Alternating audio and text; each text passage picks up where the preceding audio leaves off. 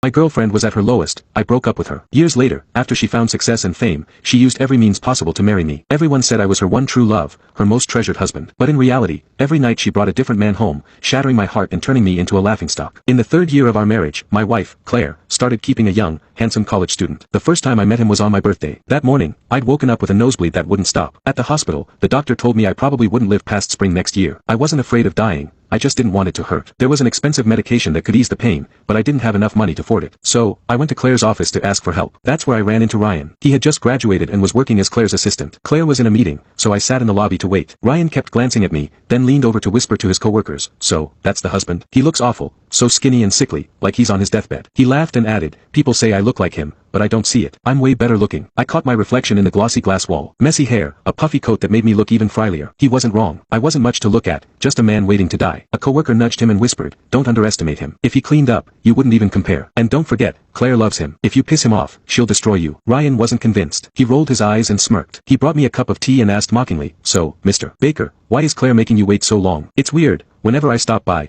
no matter how busy she is, she always makes time for me. She says I'm her priority." He smiled smugly, and for a moment, I saw a bit of my younger self in him. She'd had countless lovers over the years, using them as pawns in her game to provoke me. Every night, she brought home someone new, testing my limits. But she never kept them around for long. A day or two, maybe a week. She always got bored quickly. Ryan, though, was different. She spoiled him. She took him out to dinner, shopping, and movies. They acted like an ordinary, happy couple. She gave him money, but she also gave him affection. I looked at him and smiled gently. "If you're so important to her, why settle for being her dirty little secret? You should convince her to divorce me and marry you instead." Ryan's expression darkened instantly. He glared at me, his voice shaking with anger. "You're the one who's useless here. You're nothing but a kept man. You only got to her first. But now, you're old, you're ugly. What could you possibly offer her?" His coworker hurried over, pulling him away, clearly worried I'd be upset. But I wasn't. I'd promised myself long ago that I wouldn't get angry because of Claire. I wouldn't feel sad because of her. And I definitely wouldn't stoop to competing with her lovers. She wasn't worth it. Ryan was pulled back by a coworker, but he lost his balance, fell to the ground, and shattered the teacup in his hand. Blood poured from the deep cut on his palm, pooling on the floor. Through the glass of the conference room, Claire saw what had happened. Under the watchful eyes of everyone, she threw down her papers, pushed the door open, and hurried over to Ryan. She grabbed his hand with visible distress, frowning as she examined his injury. Her voice was cold as she asked, "Who did this to him?" The coworker who had tried to help Ryan stepped back in fear, their face pale. I let out a dry laugh. It was me. And honestly, he deserved it. Ryan gritted his teeth and glared at me, then shouted, "Yeah, I deserved it. I fell for someone I shouldn't have. I'm the one being called a kept man, a plaything." "But Claire," he said, looking into her eyes with a mix of defiance and passion, "as long as you love me, I'll stay by your side forever. No one can take me away from you." The words were absurd, but the way he said them, so firm, so sincere, made him seem almost brave. Claire couldn't help but laugh. She reached out to ruffle his hair and said softly, "Don't be mad. You're going to make me worry." She treated him differently. That much was obvious. I lowered my gaze, no longer interested in the scene. Instead, I calmly said to Claire, "For my birthday this year, I want $50,000. It was funny, really. We were married, yet we didn't even have each other's phone numbers. The only time I reached out to her was when I needed money." Claire had always hated how materialistic I was. But in the past, no matter how much I asked for, she would always give it to me without hesitation. This time, though, she looked at me with a cold smile and said slowly, "You can have the money. But, Isaac, first, lower your proud head and apologize to Ryan." Claire was willing to pay $50,000 to buy back my dignity and give it to Ryan in the form of an apology. It was the first time she had used money to humiliate me for the sake of another man. I clenched my fists and forced a laugh, holding back the sudden wave of pain that surged through my body. If one day she found out that this money could have given me more time to live, if she knew how much I'd suffered before I died,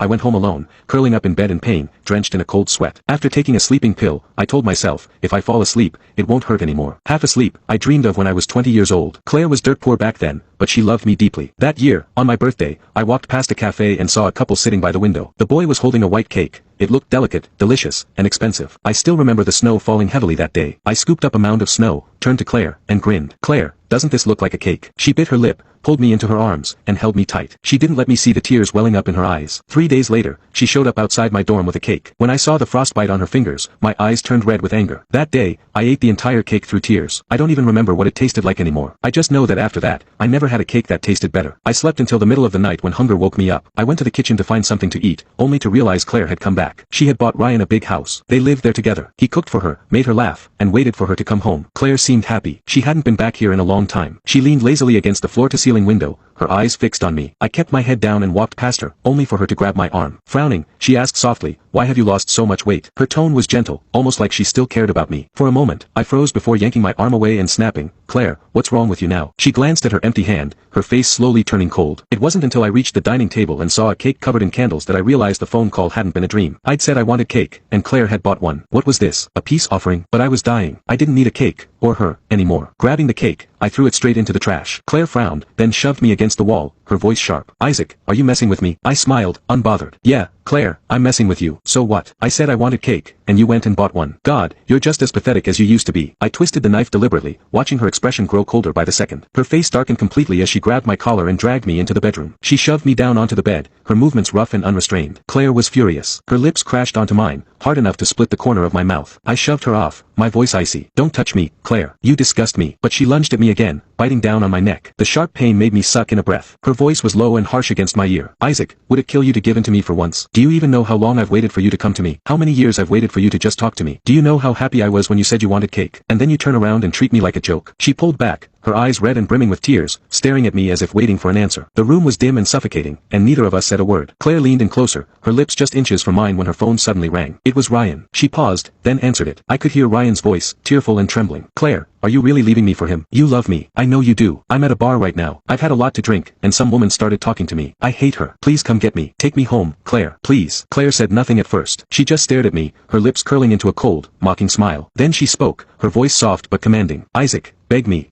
to stay, and I won't leave." She must have forgotten. A long time ago, I'd already begged her. I'd swallowed my pride and asked, "Claire, can we just sit down and talk calmly? Can we stop fighting? Can't we just be happy together? Can you treat me better?" I remember how she had stared at me back then, her gaze cold as ice. And she'd smiled as she said, "Isaac, you don't deserve it." Those words had stayed with me ever since, lodged deep in my heart. And now, finally, I could say them back to her. Grabbing her collar, I looked her dead in the eye and said, slowly and deliberately, "Claire, you don't deserve it." She froze for a moment, then let out a bitter laugh. Raising the phone to her ear, she said to Ryan, "I'm coming to get you." Without another glance at me, she stood up, slammed the door, and walked out. The next day, photos of Claire fighting another woman over Ryan spread through our social circles like wildfire. It was the first time one of her affairs had turned into such a public spectacle. That year, my mom was diagnosed with a terminal illness. The doctors said it was genetic. Not only was I doomed to eventually face the same fate, but if I ever had kids, they were likely to inherit it, too. The day my mom fell ill, she bled so much from her nose that the floor was covered in red. She lost so much blood that she slipped into a coma for 3 days. When she woke up, the first thing she said was, "Isaac, you need to break up with Claire." I stared at her, dumbfounded, and whispered, "Mom, she won't care about that." I wasn't sure if I was trying to convince her or myself. My mom gently held my hand, nodded, and said, "I know. She's a good girl." She paused, then smiled faintly. "You two have been together since high school. Every morning, she'd wait for you at the corner with her bike. Did you think I didn't notice? I remember once, she bought you a sandwich for breakfast. It cost all her bucks. You were so clueless and greedy." She lied and said she'd already eaten. And you believed her, happily devouring the sandwich while she went hungry. She didn't have much back then. Her parents were divorced, and she was practically an orphan. That $12 might have been her entire day's budget, and she didn't even hesitate to spend it on you. I thought to myself, my son is lucky to have found someone so good. She's smart, kind, and wonderful in every way. But because she's so good, I can't let her waste her life on you. That same year, Claire's grandmother fell ill and was hospitalized. They were incredibly close. Her grandmother had raised her. Claire was already overwhelmed trying to pay for the medical bills. My mom said women's hearts are fragile. If Claire lost her grandmother and me, it would destroy her. Those words broke me. Tears poured down my face. I can't let her go. Even 10 years later, thinking about it still makes my chest ache. I bought my mom's favorite persimmons and planned to visit her grave one last time. I was dying. I needed to tell her that I wouldn't be coming back anymore. Before heading to the cemetery, I decided to stop by Claire's office to retrieve something. When my mom was alive, she adored Claire. That was back when she was still healthy, and Claire and I were deeply in love. One year, my mom visited a temple and brought back 2 porcelain dolls for good luck. Inside the boy doll, she tucked my birth date. Inside the girl doll, she tucked Claire's. They were supposed to protect us, keep us healthy and ensure that we'd always stay together. My mom asked me to give Claire her doll, but Claire didn't want the one meant for her. She insisted on taking mine instead. She said the boy doll reminded her of me.